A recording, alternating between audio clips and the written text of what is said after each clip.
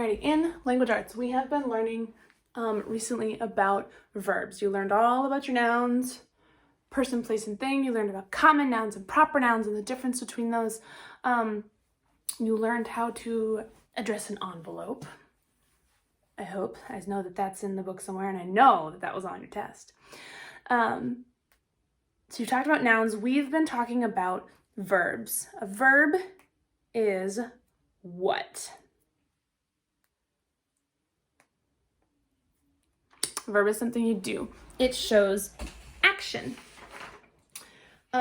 Today, what you are going to be doing is you're going to recognize present tense verbs, and you're also going to recognize the form of some past tense verbs. So, take a look at the top of the board here. I have my two sentences. First, we know a verb is a word, shows action. Every sentence must have a verb. What part of the sentence does the verb appear in? Do you remember? Two parts of a sentence. The who and the what. The who is called the subject, and the what is called the predicate. So where is the verb found in a sentence, subject or predicate? It's found in the predicate part of a sentence. Aaron and Connor said verses in Bible class. Where are you going to separate the subject from the predicate? Aaron and Connor said verses in Bible class. Okay? One of these is your subject, one of these is your predicate. Well, Aaron and Connor are the ones doing the thing. And what is it that Aaron and Connor did? Aaron and Connor said verses in Bible class. How about the next sentence? We watched it snow all day. Got to separate your subject from your predicate. Who's doing the thing? We are doing the thing. And what is the thing that we did? We watched it snow all day. Here's your subject or your predicate. Watched it snow all day. That's the thing that happened. Now, what is your verb? What is the action? What has been done in the sentence? Can you it? No, you can't it. Can you snow? I don't know how to snow. Snow, therefore, is noun. You cannot all and you cannot day. So that means watched is something you can do. We watched it snow all day. Okay. Here's an exercise I want you to do, and I'm going to have no idea whether you are following along or not, but I hope you are. Okay, I'm going to read some sentences to you, and your job, if you are sitting down, your job is to stand up when you hear a verb. If you're like in the car or something and you can't stand, I want you to do something. Make a face. When you hear me say a verb, do something so that you know you're recognizing it. When we use our body to help us learn, it's another way that our brain remembers stuff really well. Okay, so stand up or make a face when you hear me say a verb. Okay, Bella and Josh kicked the soccer ball in the backyard. You would have made a face or stood on the word kicked. Micah and Maddie ate lunch by the fireplace. What did Micah and Maddie do? Ate lunch by the fireplace. Okay? Andrew, Stephen, and Emily sang in church Wednesday evening. Sang. Gabby sorted and organized her puzzles and books. How many verbs in that one? Gabby sorted and organized her puzzles and books. Sorted. Organized. Two faces, two jumps, whatever you did. Okay, good. Can you think of some other verbs, other things that you can do?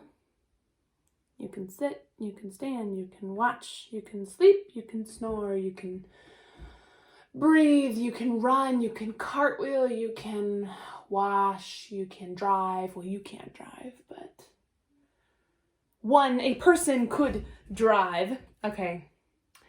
So here is the main part of what we're doing today.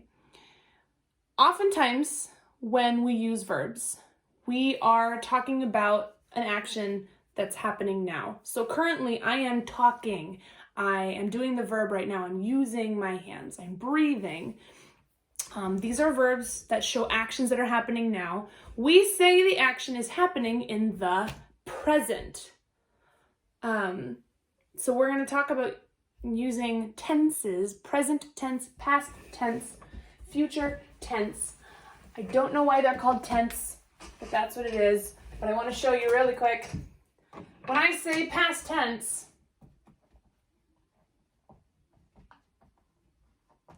it's tense, not tense. Okay? We're not talking about something that you go camping in. Okay? No, not a tent. Tense. Past tense, present tense, future tense. It tells you when the action happens. Okay? Sometimes we talk about an action after it's happened. So for example, yesterday, this is just an example, okay? Yesterday you worked on spelling. In this example, worked is going to be your verb, and worked is your past tense verb because it's something that you already did. We call these verbs past tense because they happened in the past. They've already happened, okay? So, look at these words that I've got up here. I've got 4 sets of words, okay?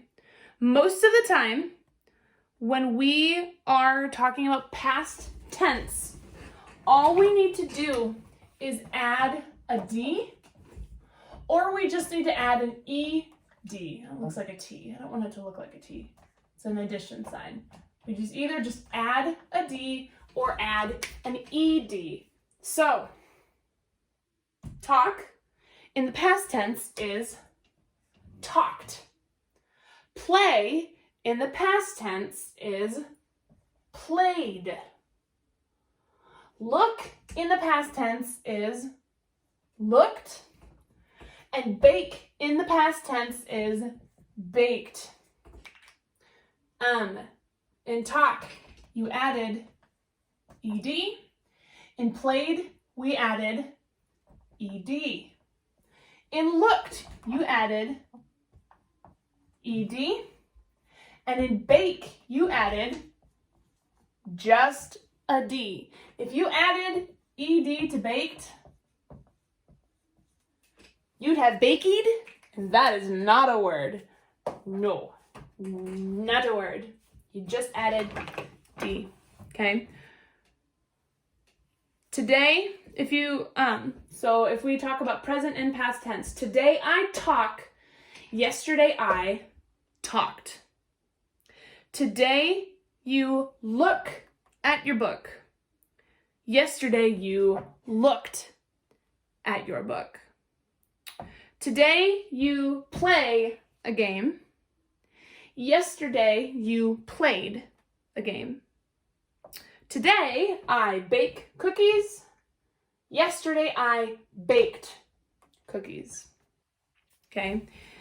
These are all examples of present and then past tense verbs. You make them past tense. You make your sentence show that it already happened in the past by adding a D or an ED to the verb part, okay, the action part of the sentence. So you could say things like, what are some, trying not to fold myself up in that chair.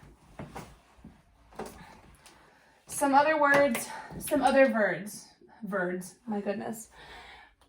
My words today are not the greatest. So you can close, you can pray, you can, I'm trying to think of other ones. You can walk, you can shout. Okay? If we're going to make these present tense verbs, today I close, today I pray, today I walk, today I shout. If we're going to make them past tense, you need to add D or ED. Close.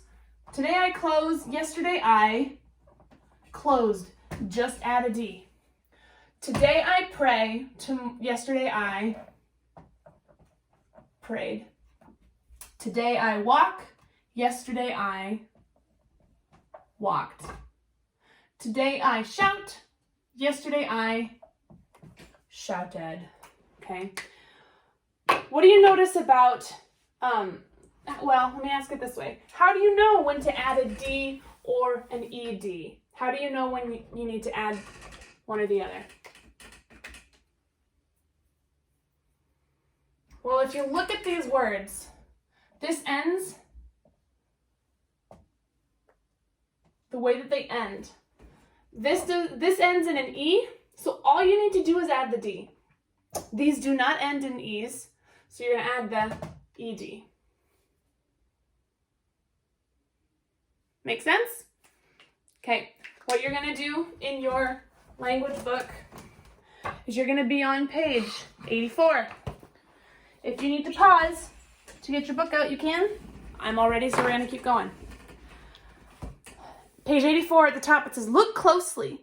Verbs that tell about something that happens now are called present tense. Verbs that tell about something that already happened are called past tense.